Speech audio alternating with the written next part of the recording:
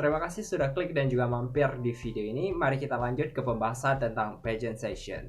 Lanjut. Dalam perhelatan dan megahnya glamor pergelaran Miss Grand Internasional, ternyata ada berita lain yang datang dari tanah air. Yaps, baru saja pihak Yayasan Putri Indonesia merilis bahwa mereka akan melakukan pemilihan di tahun 2021 ini. Tentu saja ini bukan berita yang baru lagi, akan tetapi sudah jauh-jauh hari dipersiapkan bahwa akan ada sesuatu yang baru dari pemilihan Putri Indonesia, khususnya di tengah pandemi pada tahun 2021. Sebenarnya tidak ada sesuatu yang spesial dari pemilihan ini, akan tetapi ada sesuatu yang dipertanyakan oleh pageant lover di seluruh Indonesia. Pertanyaannya cuma satu, bagaimana nasib trio romansa jika mereka belum dikirim ke ajang internasional, akan tetapi Yayasan Putri Indonesia telah mengadakan pemilihan Putri Indonesia tahun 2021? Mari kita jawab sama-sama di video berikut ini. Lanjut.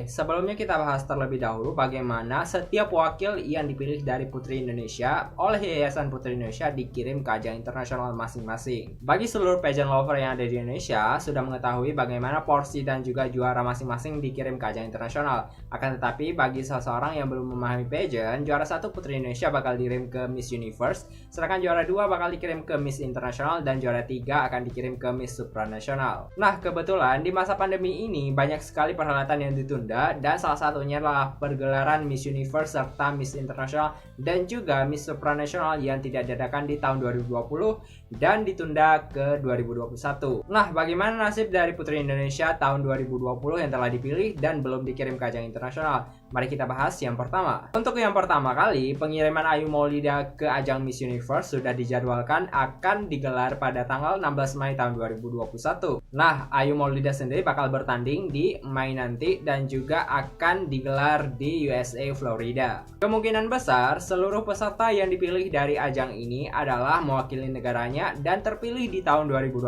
lalu. Bisa dibilang saingan-saingan Ayuma ini memang orang-orang baru dan juga baru-baru terpilih, dan bahkan ada negara yang sudah memilih wakilnya alias sudah menyiapkan wakil untuk tahun 2021. Beberapa agensi dan juga lisensi dari beberapa negara yang juga telah double dari titel Miss Universe di negaranya masing-masing. Misalnya di suatu negara A telah memilih kandidat untuk dikirim di tahun 2020, akan tetapi juga telah memilih dan mempersiapkan diri untuk tahun berikutnya tahun 2021. Nah, berdasarkan kabar dari Miss Universe Organization mengatakan bahwa Miss Universe akan diadakan di tahun 2021 tepatnya di 2 kali perhelatan, di mana perhelatan pertama akan diadakan di Mei, sedangkan perhelatan kedua akan diadakan di ujung tahun 2021. Otomatis jika pemenang di tahun 2021 di bulan Mei akan berakhir jabatannya itu sangat-sangat singkat dan hanya menjabat selama 5 bulan di Miss Universe. Jadi untuk pengiriman Ayuma sendiri tidak perlu dikhawatirkan lagi, alias sudah ada placement dan juga tempat tersendiri yang sudah dipoksikan untuk dikirimkan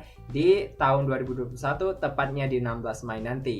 Nah, yang banyak pertanyaannya adalah bagaimana nasib dengan Ayusa dan juga Jihan? Kita bahas di video selanjutnya ya. Oke, lanjut. Berdasarkan keterangan dari Miss International Organization, pihak Miss International bakal mengadakan perhelatan dan juga pemilihan queen-nya di bulan Oktober dan juga di tahun 2021 ini. Nah, otomatis jika Yayasan Putri Indonesia telah mengadakan pemilihan di tahun 2021 ini dan otomatis Miss International Indonesia telah terpilih menjadi 2 bagian, maka yang dikirim ke ajang Miss International pertama kali adalah Ayu Saraswati. Nah, bagaimana dengan kandidat dan juga runner-up 1 selanjutnya Putri Indonesia 2021? Dia bakal di-prepare dan juga dipersiapkan untuk dikirim di tahun 2022 dan tepatnya kemungkinan mungkin di bulan Oktober, atau bisa jadi pihak Miss International Organization bakal mengundur dan juga mempercepat pemilihannya sama dengan Miss Universe. Kita tunggu saja berita selanjutnya. Nah, kalau misalnya kesempatannya Ayu Saraswati tidak dikirim, nggak mungkin sama sekali. Karena kenapa? Dari seluruh pageant lover di seluruh dunia dan juga khususnya Indonesia, Ayu Saraswati telah digadang-gadang bakal memiliki placement tertinggi dan juga memiliki karakter Miss Internasional yang sangat luar biasa. So, kan sayang kalau misalnya Ayu Saraswati tidak dikirim ke ajang internasional. Bagaimana pendapat kalian? Silahkan klik komen dan juga berikan pendapat di bawah ya. Oke, untuk Miss Internasional saya rasa udah cukup memiliki titik terang di mana mereka bakal mengadakan di bulan Oktober nanti. Nah, untuk selanjutnya mereka bakal mengadakan di tahun 2022 nanti. Apakah mungkin di awal-awal tahun ataupun mungkin di akhir tahun? Kita jawab dan juga kita lihat saja nanti. Karena yang penting Ayusa bakal tetap dikirim ke ajang internasional. Oke, ini nih yang menjadi pertanyaan 1000 umat, di mana Jihan yang sudah sangat paket komplit untuk dikirim ke ajang internasional, yaitu Miss Supranasional dan akan digelar di Polandia, apakah akan gagal dikirim ke ajang internasional? Dan harapannya saja, saya juga berharap seperti itu agar Jihan tidak gagal dikirim ke ajang internasional. Kan sayang kalau misalnya Jihan sudah mempersiapkan diri dengan sangat komplit dan juga berbagai persiapan yang sudah sangat matang, tapi akhirnya tidak dikirim ke ajang internasional.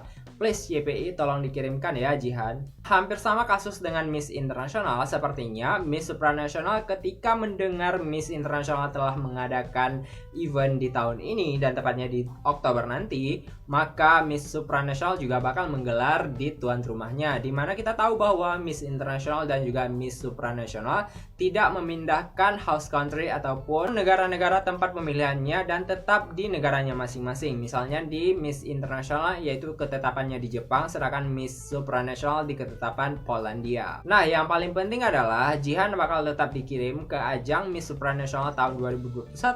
Bagaimana dengan second runner up dari Miss Putri Indonesia tahun 2021? Mereka bakal dipersiapkan untuk ke tahun secepat tahun berikutnya, maksudnya 2022. Nah, menurut aku nih kan sebagai pioner, misalnya salah satu pergelaran di ajang internasional seperti Miss Grand Internasional nih udah diadakan menurut pandangannya bakal menjadi kiblat selanjutnya di mana ajang-ajang pageant lain bakal mengikuti role yang telah diadakan oleh Miss Grand Internasional. Artinya tuh seperti ini, ketika Miss Grand Internasional telah diadakan pertama kalinya, maka disusul dengan adanya Miss Universe. Kemudian setelah Miss Universe diadakan, maka disusul dengan adanya Miss World. Kemudian ada setelah Miss World, kemudian disusul dengan adanya Miss Internasional dan akhirnya Miss Supranasional dan Miss lainnya nih, yang kecuali Miss Earth yang diadakan secara virtual. So, jadi kayak ada pertimbangan dan juga komunikasi antara National Director kepada pihak lisensi masing-masing.